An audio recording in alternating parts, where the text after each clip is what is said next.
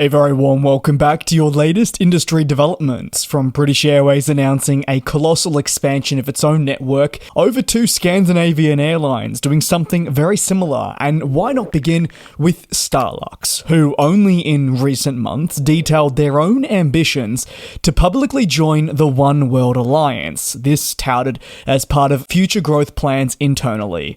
The airline's move towards an alliance is considered to be a pretty hefty move, and would see it follow in very similar fashion to how fellow Taiwanese airline EVA Air operates. However, this competitor company calls Star Alliance home.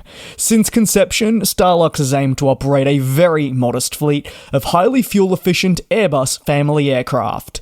The development of its route network has seen it compete with airlines that call Taiwan home, and also extending to those in the United States.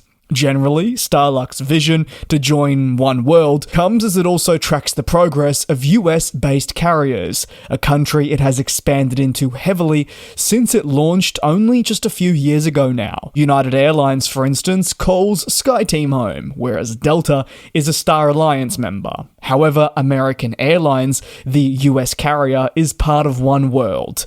Starlux chairman confirmed plans to try and join this alliance in a shareholder meeting that occurred in June 2024, and now those plans are set to become a reality. The airline's CEO further spoke during a recent investor conference and said it would apply to join oneworld no later than the end of 2025.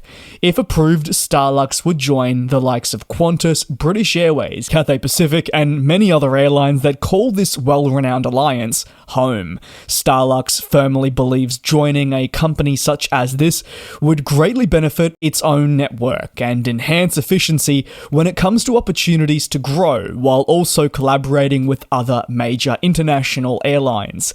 As new aircraft only continue to arrive, we know that Starlux is targeting many locations, now this ranging from Oceania destinations to further expansion in North America and onwards to Europe.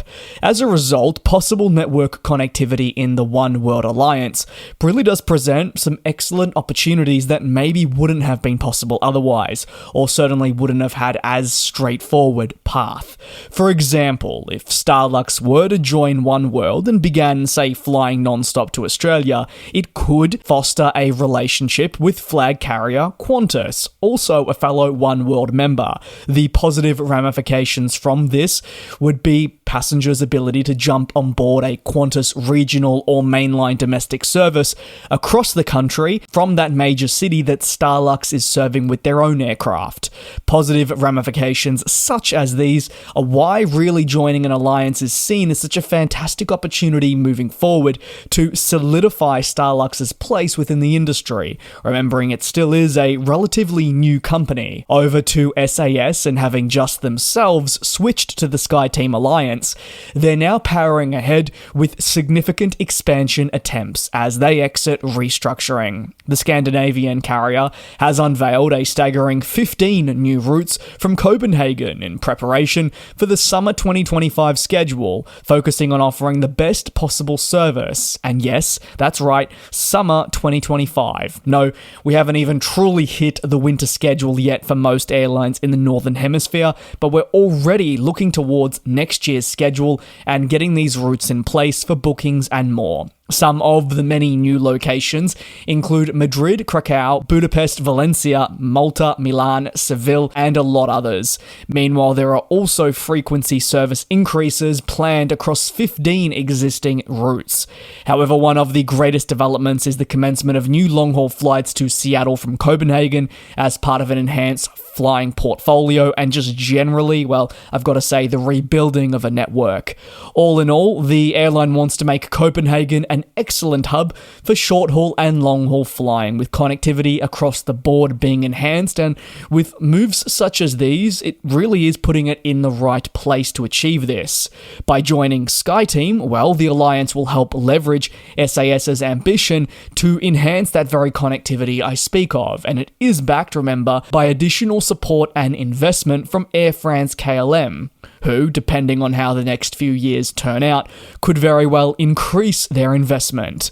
Seemingly, Copenhagen will become the main hub for international travel, with the airline citing its geographical positioning being key to this. They've reaffirmed that they'll offer same-day travel to Northern, Central and Western Europe from this location, but it will also act as a transit point for long-haul travel. Copenhagen won't be the only focus. I know it's getting much of my attention, but SAS did say that they aim to offer better service from Oslo and Stockholm as well, with hundreds of daily departures to many differing destinations.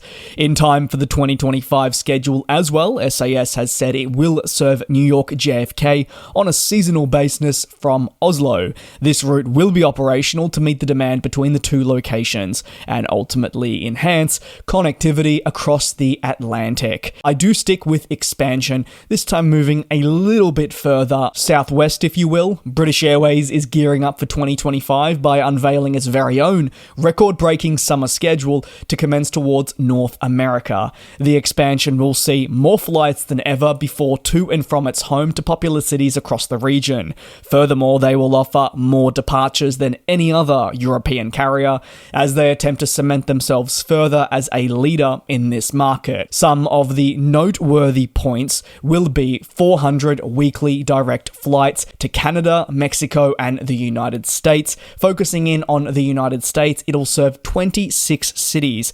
While the mainline aircraft will serve the 26 locations, British Airways has over the years entered into some pretty fantastic relationships with other airlines, and these partners allow passengers to connect to well over 100 more locations across the United States, from these major cities to also regional locations that British Airways is unable to serve with its own mainline aircraft. As part of these changes, British Airways is adding an additional daily flight to Miami. Austin, Texas will see an extra 6 flights a week, bringing the total to 13.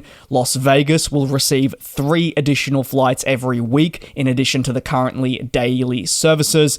Pittsburgh will see 1 additional flight a week. This means that the route for the very first time since commencement will operate daily. However, the commitment to the United States does extend a little bit further up north into Canada, where they commit to Vancouver with a daily flight originating in London Gatwick. So as a result, what this means is during peak season, on top of 2 daily from Heathrow, there'll be 3 flights a day to the Canadian city, and back across the border, Washington DC will also increase to 21 flights a week. Therefore, there'll be 3 flights every single day jetting off to Washington.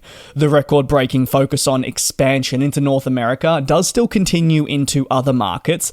Delhi will receive a 3rd daily flight for the summer 2025 season, and the airline will commit to enhancing connectivity east of Europe to markets such as Jeddah, Doha, and Riyadh in the Middle East. Bangkok will see a direct route return in the more short term this month, alongside other network changes if I'm not just focusing on summer, but for this winter schedule. Thanks a lot for your support here on the channel. Any thoughts, you can drop them down below. But I'll see you same place, same time tomorrow for your latest industry news. And we'll fly.